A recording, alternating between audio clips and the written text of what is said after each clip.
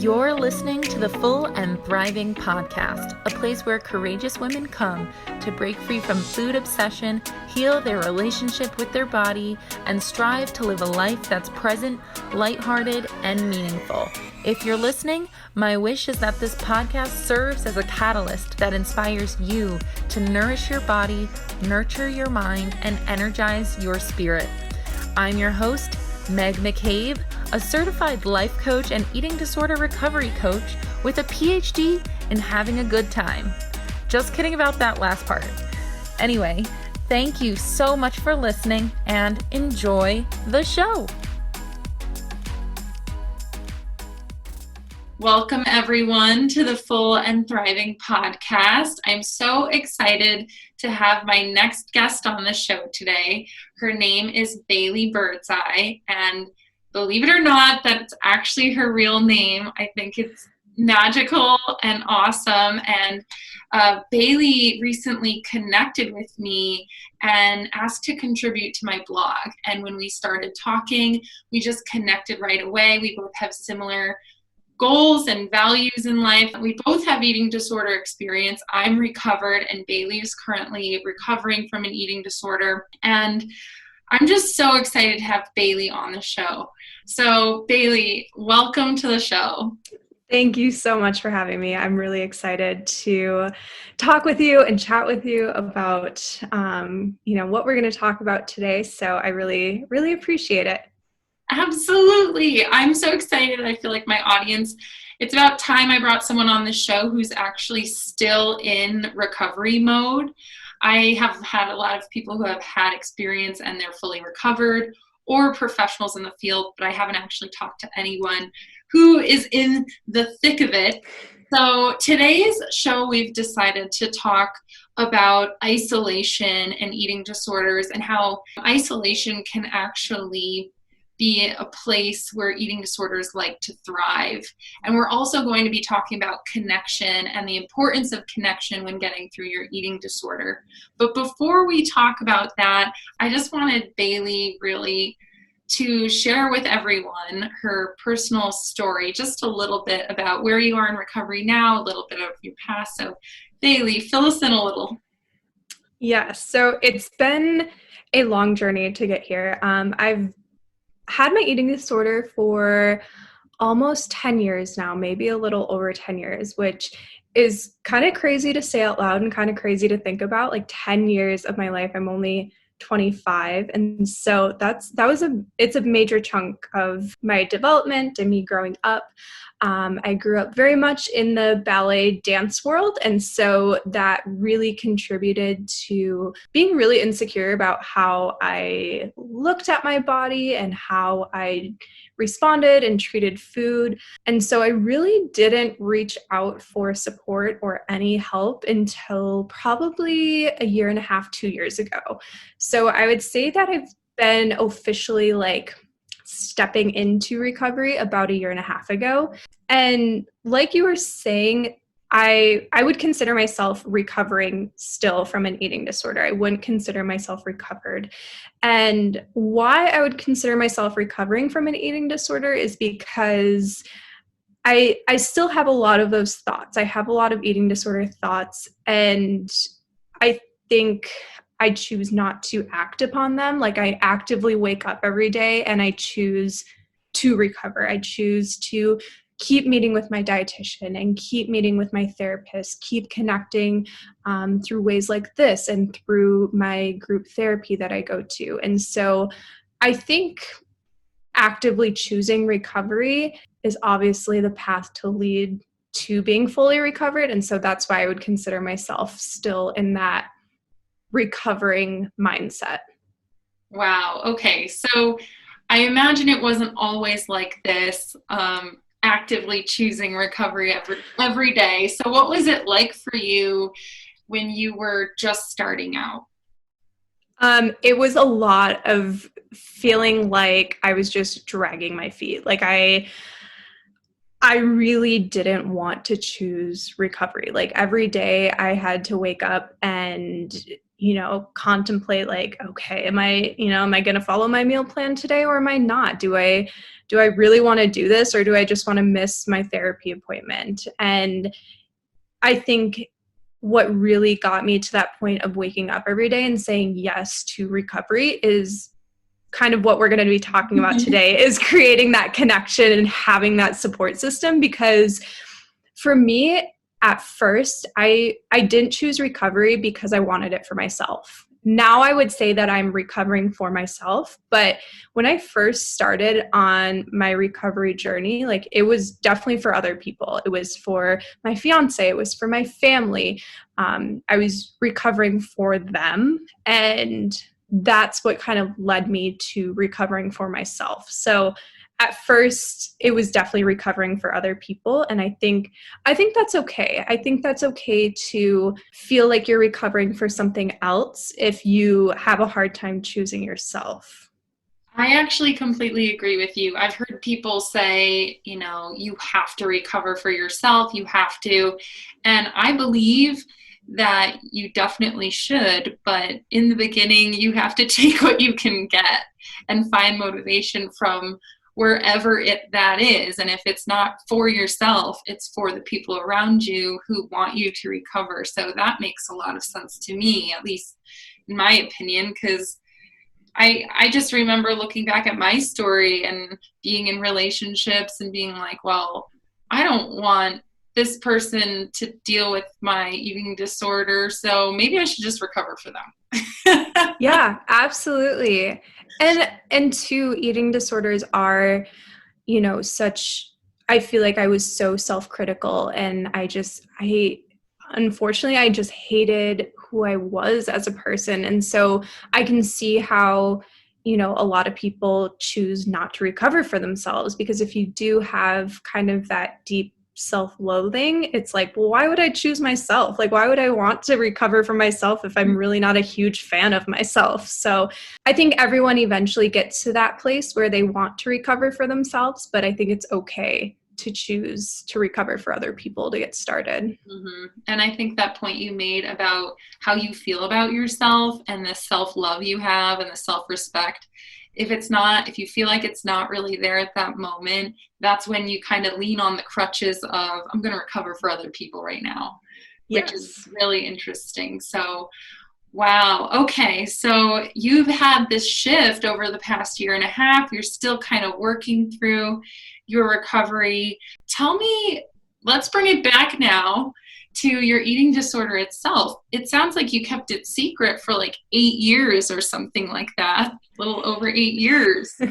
Yes, unfortunately, it was a very long time. And people, I'd be kind of ignorant to say that people didn't know about it. I mean, mine manifested in a very physical way. Mine was very obvious. Not everyone's is like that. And mine did manifest in, I physically looked different. I physically acted different. And so people did notice, but of course I denied things. I kept it a secret. I isolated myself. And so that's how I, quote unquote, got away with it for 8 years of my life. And what did that isolation look like for you?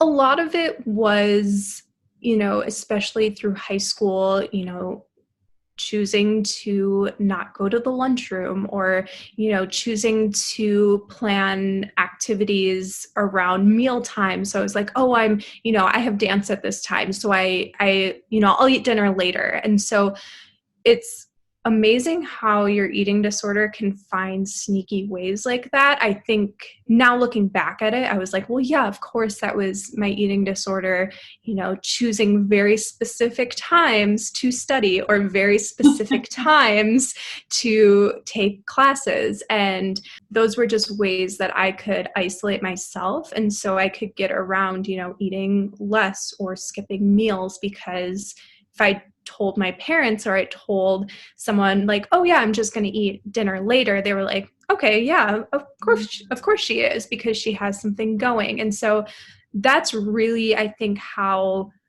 my eating disorder started to kind of take over and kind of manifest in that isolation and started pulling me out of those ways that I was connecting with people. I love hearing that, not because it's a good thing, but I think the distinction is pretty helpful for people to hear. Like, your eating disorder is going to find sneaky ways to isolate you. And for you, it really showed up in the way you were scheduling your life and avoiding meal times by doing certain things instead, which makes a lot of sense. Like, I've actually seen that from a recovered point of view. I will see friends who, maybe they have an eating disorder, maybe they have disordered eating, maybe they don't even know that they're going through it, but I've seen friends sometimes skip meals or kind of in a savvy way avoid the eating experience. And that's really, that was before I was a coach. I'm looking back at my college experience thinking about that. And it's hard to find a place to know what to say to that person or even kind of out them. Like, you don't want to make them feel uncomfortable. Did you ever have any friends confront you while you were in high school or college about your behaviors? I did, yes. And of course, like in that moment, I, kind of caused my eating disorder and caused me to shut down even more, because it's like, oh, now I feel attacked, or my eating disorder feels attacked when someone approaches you about that. Of course, knowing now that these people were concerned and they cared about me and they wanted to help the best way they could. And so, I would always encourage people to, say something, because I think it's always better to kind of approach it in a compassionate way of being like, hey, I've kind of noticed this. I've noticed that you've been skipping lunch and going to study instead. Is something going on? Or, maybe can I come with you and eat lunch? Kind of offering those things. But definitely at first it was, that way of kind of feeling attacked, which again kind of causes that eating disorder to want to shut down even more. Yeah, that's really helpful advice that you have, because I agree. Like, if you're going to try to talk to someone about what you're noticing and you're thinking they might have an eating disorder, the kinder you can approach the subject, the better, in my opinion. And always start out with those observational points, because they're non-accusatory, they're just facts. So, hey, I've noticed you stopped coming to lunch with us. I've noticed you don't get coffee with us on the weekends anymore. What might be going on? Is everything okay? And I'm concerned about you. Really expressing that concern also can be helpful. And just being aware that that eating disorder is going to clamp down and get very defensive really quickly. Yeah. And I think too, as a friend or as someone who's concerned, it can be a little hard to hear. And just if the person does get a little snappy, just kind of noticing that, like, oh, that might be, that eating disorder voice that's coming out in them. That's not the friend that I know, or it's not the person that I know, because it can be, I'm sure, difficult to hear, like, oh, why are you in my business? Or like, what are you doing? Why are you asking these questions? And so, just noticing too that if the person gets a little snappy, that it's probably not them talking, it's their eating disorder that's kind of taking over. So true, so true. I totally hear that. And it's interesting to think back on my eating disorder and when my eating disorder would like lash out at friends or family. And I feel really bad still sometimes thinking about that, because I'm not really like that. Like, my soul and who I am as a person, I'd like to consider myself to be a kind person, but that eating disorder does like to take control, and it brings out a side of you that isn't exactly friendly. So on that note, did you find your relationships were really impacted throughout your eating disorder? Oh yeah, definitely. I think that was one of the or not the biggest thing that I think my eating disorder kind of took away from me was that I felt very, while I was really deep in my eating disorder, I felt very selfish. I was probably very selfish. I pushed people away. I really isolated myself because I felt that constant threat of, oh, well, if I'm going to this party or if I'm going to hang out with people, they're going to know about my eating disorder. And then they're going to try and take that away from me. And in that time, I just didn't want or didn't feel like I could sacrifice my eating disorder to go be with people. And so I think that was, one of the biggest things that I lost with my eating disorder was I did lose a lot of friends. And looking back on it now, I, lost a lot of friends that I really cared about because my eating disorder just took over who I was as a person. Now I think I'm very more aware of when my eating disorder starts to take over, and so that I can, be more compassionate with the people who are trying to be supportive and be around me. I'll even go back and be like, I'm sorry, that wasn't me who was talking. That was, my eating disorder taking over, or being more upfront and open with, if friends invite me out to eat, being upfront and saying this is really scary for me and I really want to come. The more open you can be about how you're feeling about a situation, that way you can have those friends be supportive through that situation rather than just them questioning, why isn't Bailey coming again? Or why does she keep turning down our coffee dates? Yeah. So I think that's helpful. I completely agree. I think in any situation in life, when you're feeling nervous or a sense of anxiety, sometimes just putting that out on the table, like mentioning the elephant in the room almost, yes. loses that tension immediately. And then there's a shift because there's no longer a wedge between you and the people. Like Mm-hmm. even with public speaking, I actually don't struggle too much with public speaking, but in those moments when I do get nervous, sometimes I'd say like, oh, I'm actually a little nervous, and like giggle, and then I suddenly melt and relax. And I think it's the same thing with what you're saying, is talking to your friends and saying, hey, look, like, as you know, I struggle a little bit with food, and this event makes me nervous, but I'm going to try and do my best, and I appreciate your understanding. Mm-hmm. Yeah, definitely. And I think too, having that close person, you don't have to necessarily go out and tell the entire world, oh, I have an eating disorder. And, if you're going out with 10 people, not everyone has to know. But having maybe that one or two close friends or family that, really knows, you can kind of, be like, hey, I'm having a hard day, or hey, this situation's really difficult for me.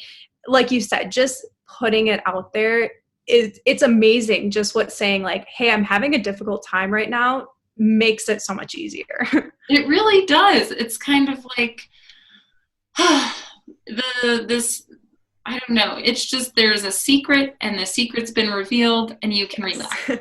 Exactly. And it's so nice. I love that you brought that up, because I think a lot of people listening could actually use that piece of advice moving forward. Like, find that one friend or a few friends who are close to you who you can turn to. So whether you go to the event or whether you turn it down, they have that understanding, and obviously that's really up to you and where you are in your recovery, if you want to go or not. But I always encourage going, because connection is so important in recovery. Bailey, for you, when did you start making that shift? Like, how did you realize that connection really helps you kind of thrive and pull yourself out of this eating disorder? So I think the first time that I really felt like I was connecting was so my therapist had a group, and it was specifically for people who were, in recovery or, actively recovering from an eating disorder. And once I started making those connections with people who were going through very similar situations, it was much, much easier for me to open up to people who maybe haven't experienced eating disorders before. My best friend here has never really experienced an eating disorder. And so when I first told her, of course, she was very supportive, but I was so nervous to tell someone because it was like, oh, what are they going to think of me? How are they going to treat me? Am I going to act differently around them now that they know?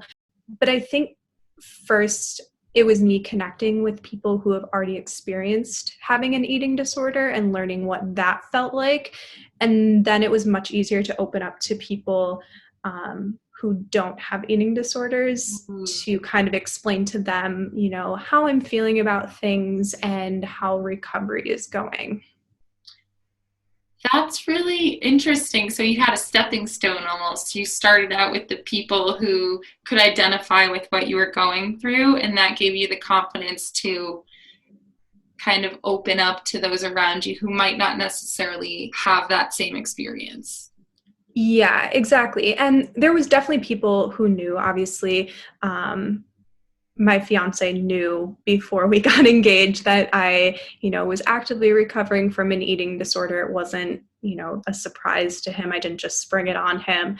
But I felt like I had the tools and resources to explain to him better what I was going through as well, because I think before it was, when I first told him, it was always kind of, oh, I just have a weird thing with food. You know what I mean? Like sometimes I just get a little weird around food. And then it started opening up more and he started noticing more. And I had a hard time explaining and like verbalizing how I was feeling. And so the more I connected with people who had eating disorders and their experience, the easier it was for me to kind of process and verbalize how I was feeling to my fiance and to my friends who don't have eating disorders. So what did it feel like to you when you kind of came out with your eating disorder to those fellow warriors, those people going through the same thing? How did you feel after that first group session? I assume that was your first experience. Honestly, so relieved. And sometimes I hate saying that because I never want other people to experience eating disorders. It is such a dark, isolating mental illness, and I don't want anyone to experience it, but it feels so comforting to know that other people have thought the way you have thought, maybe acted on behaviors that you've done before. I think now that I've, had an eating disorder for so long, it's almost to that point where I know when I'm doing an eating disorder behavior. And that's what gets frustrating is if I know there's an eating disorder behavior and I know I'm acting upon it, that's when kind of that shame and guilt cycle comes in. And so being able to talk about that with other people who have experienced that takes away that shame and guilt, because it's like, okay, they've done this before too. We can kind of chat about how that happened and what happened and, maybe a plan to not act on that behavior next time. And so really just a huge relief of knowing that I wasn't the only person who has gone through this. Mm-hmm. I totally remember my first time talking to someone who had an eating disorder, and my experience is different from yours in the fact that I did not talk to anyone about my eating disorder during my recovery except for my therapist, and then I was very cryptic to the rest of my family. And so for a long time, it really mustered up the courage, and I think I blurted out that I had an eating disorder to some acquaintances, but it was never a conversation.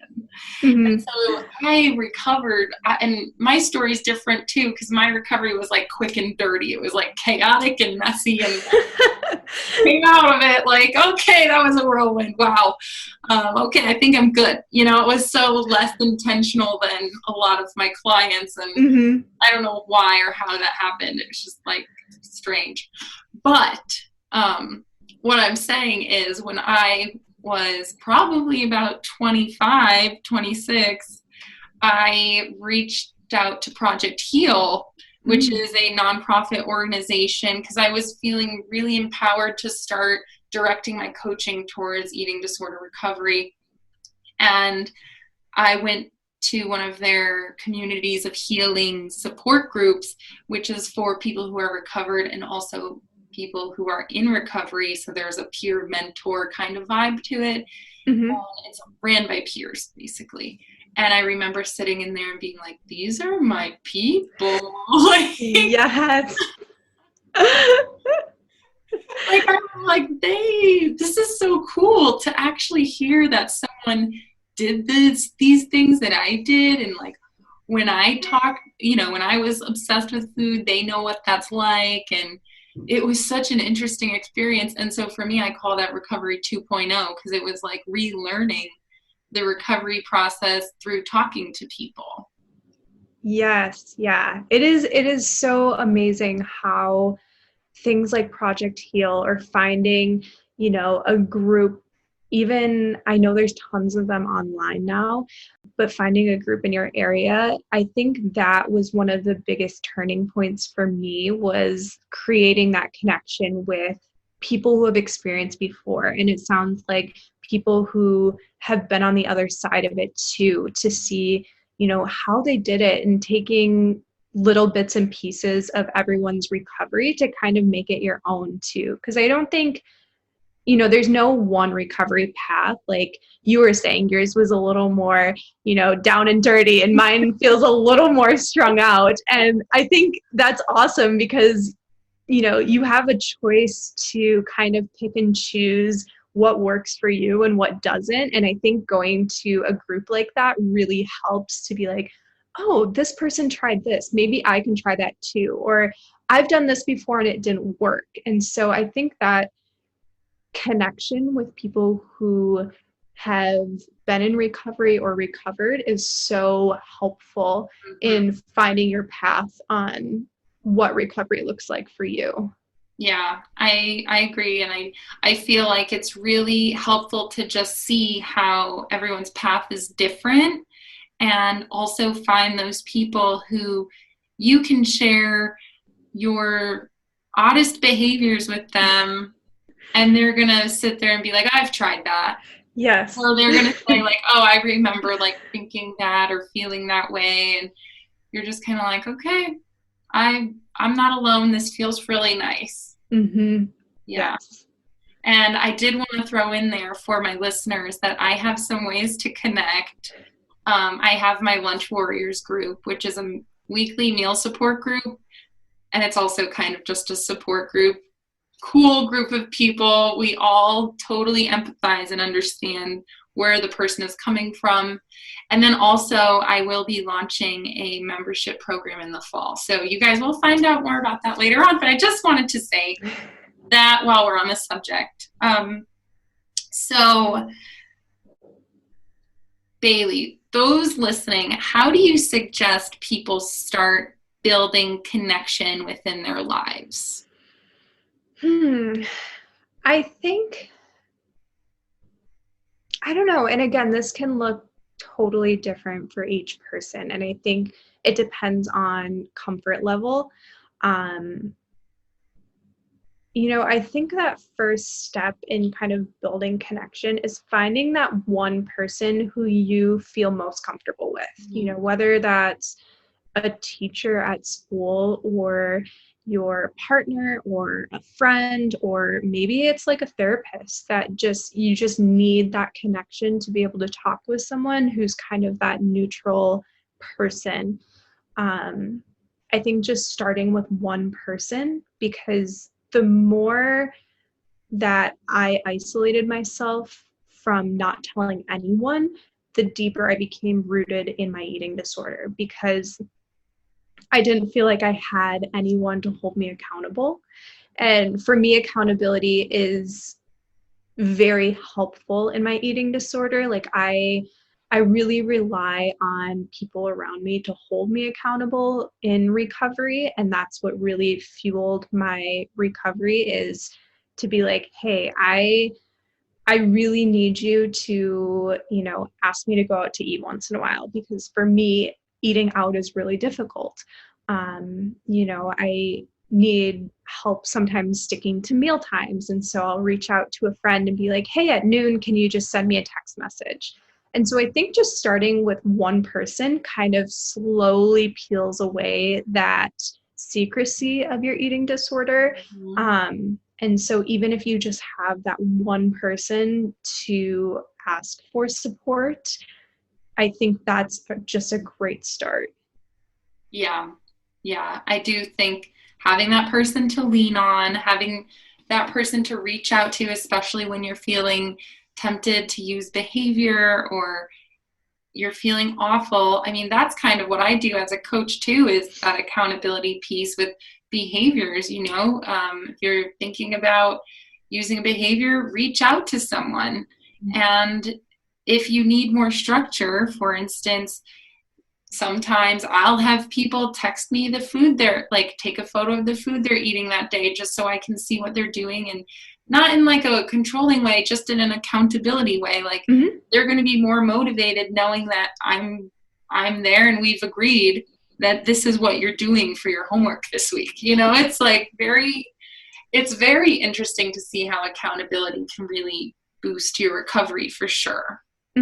Absolutely. And I think too, that's where a coach can be really, really helpful, because it's so different than a therapist. Because, within therapy, we dig into kind of that past or the reasons why, and like it digs really deep, and it can kind of feel emotionally taxing sometimes. And, when you meet with a dietitian, it's very much like, okay, here's a meal plan. Here are the foods that need to be incorporated into each meal. And then we're kind of, where the coach comes in is where it's really helpful on that accountability piece. It's that day-to-day of, okay, I'm in the moment right now, having a difficult time. How can we be supported and kind of move through that difficult time, where our therapist and dietitian can't always be there to offer that kind of support. And so that's where I think, for me, an eating disorder coach would have kind of boosted my recovery in having that accountability, having that support, having that structure to my recovery, where my therapist and dietitian couldn't offer those things as well. Yeah. Therapists and dietitians have strict boundaries. Yes. They are trained to have those firm boundaries, and coaches are trained to be there as that support person. So it's a perfect fit to the recovery puzzle in a way, just having everyone on your team doing their perspective duties to help you recover. And yeah, that's why I love what I do. It's so new, and not a lot of people have started really even realizing what they do or what's out there, but it is really helpful in so many ways, especially if you feel like you're going to just isolate and maybe you don't fully trust yourself to follow through on what your dietitian tells you to do. Yeah. Why do you think connection is important in recovery? Like, tell me, for those people who are really resistant to reaching out, why do you think it would be helpful for them? I think kind of similar to what we've talked about is because eating disorders thrive so much in isolation, it kind of opens that door to even the option or the possibility of recovery. I do always believe that you can be in the deepest depths of your eating disorder, and there is some small part of you that wants to recover. And just latching on to that small part and just creating connection and telling someone about it, for me, made such a huge impact in my recovery, because I don't think that if I would have made connection, I would have started recovery. I think that I would have still been very deep in my eating disorder. And so when that like small glimmer of light came out, that was like, Baihly, you really want to recover. Like I had to act on it right away, because otherwise like that light would have went out so quickly. And so I think that just latching on to that idea that recovery is possible, and just by opening up and creating connection with, you know, a small group of people, can make such a huge impact on a recovery journey. Yeah, it's kind of like that was your little lifeline, like somebody threw like a flotation device to you or something. You latched on and you were able to save you from drowning in a way. Yes. That's so interesting, and I think that's really important to just recognize, is that you have that window of feeling hope that you want to hone in on and go for it while the, you know, oh man, what's that expression? It's like hit while the iron's hot. Yes. Yeah, it's definitely that way. So what I want people listening to recognize is that when you're feeling isolated, you're in a really low vibrational state energetically. Depression, anxiety, those are very low vibrational states.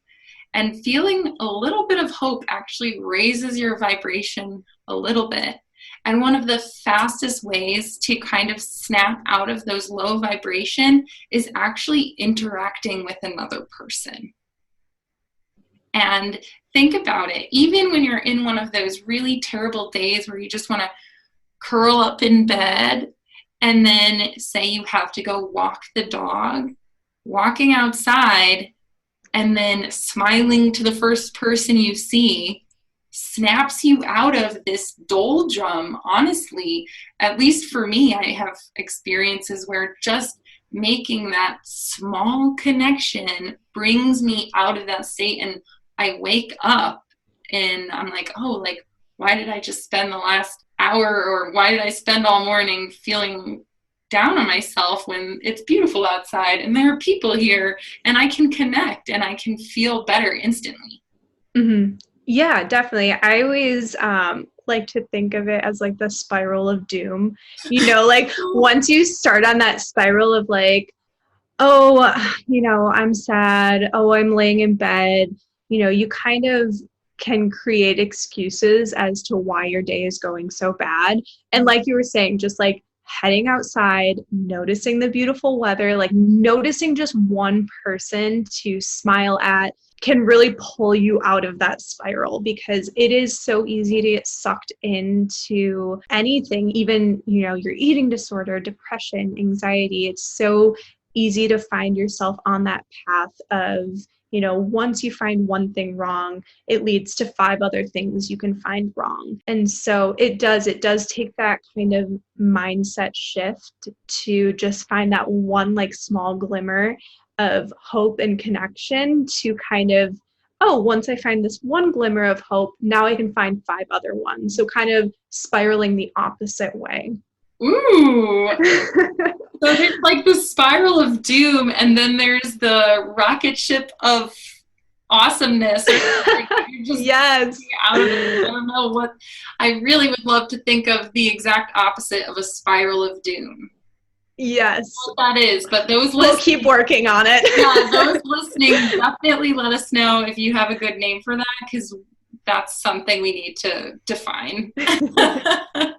So Baihly, I really appreciate having you on the show today. And before I let you go, what is some words of wisdom? It doesn't have to be related to isolation or connection if you don't want, but what are words of wisdom you have for those listening today?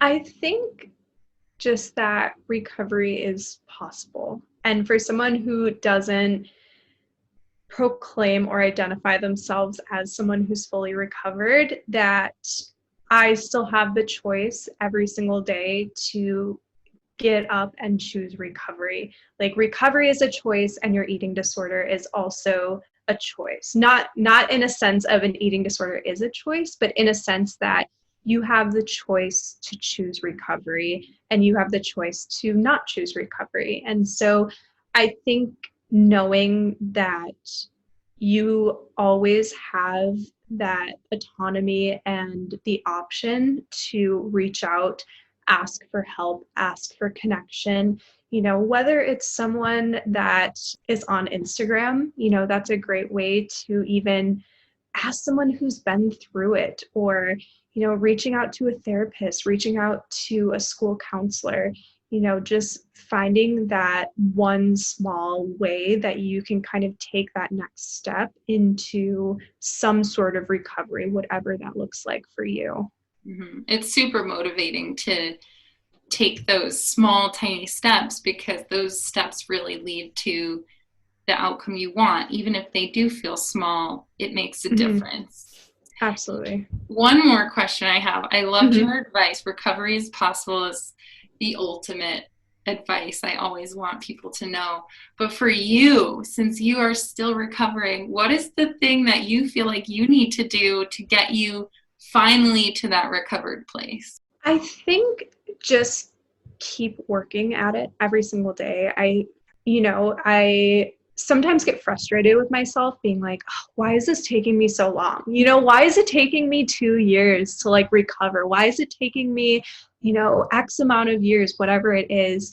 And then I think about, I was in my eating disorder for 8 years. It took 8 years to get to my deepest point. And so I sometimes have to be realistic and be like, well, maybe it might take me a little longer to get out of that deep place.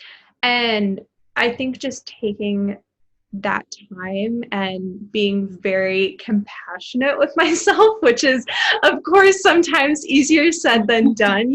I'm a very if I say I'm going to do it, I'm going to get it done kind of person, which is, of course, a perfectionist trait of my eating disorder. And so just acknowledging that it took me a long time to get into my eating disorder, and it might take me a long time to get out, but I know that I'm choosing the right path of recovery, and that nothing bad is ever going to come from choosing recovery. I can tell that your healthy self is definitely the dominant part of you, and I am so happy to hear that self-compassion is something that you have pulled out of this process. It's like, you were struggling for 8 years. Of course it's going to take you a while to recover. Of course, you have patience for yourself and compassion, and those are seriously the gifts I think you get in recovery, is learning how to be compassionate with yourself and how to be patient. And I have total faith that you're going to get there. You sound like you're on the right path. You have the tools you need, and you're choosing recovery every day, and that's amazing. So Baihly, thank you so much for joining me today. I appreciate having you on the show. And how can everyone find you? So how can the listeners find you if you want them to? Yes, so I am on Instagram at Baihly Be Balanced, and it is a interesting spelling. So it's Baihly. So that is my first name, Baihly, the letter B, and then balanced. So you can find me there. And then also there's a link in my Instagram bio to my blog. So my blog is really just kind of an outlet of where I jot down how I'm feeling and maybe some topics about eating disorders and things like that. So that's always a great place to connect with me. Yay, that's awesome. I will put your links in the show notes so everyone listening can just go right there. They don't have to worry too much about the spelling. And, great. Well, have a wonderful rest of your night, and I will be in touch soon. Awesome. Thank you so much.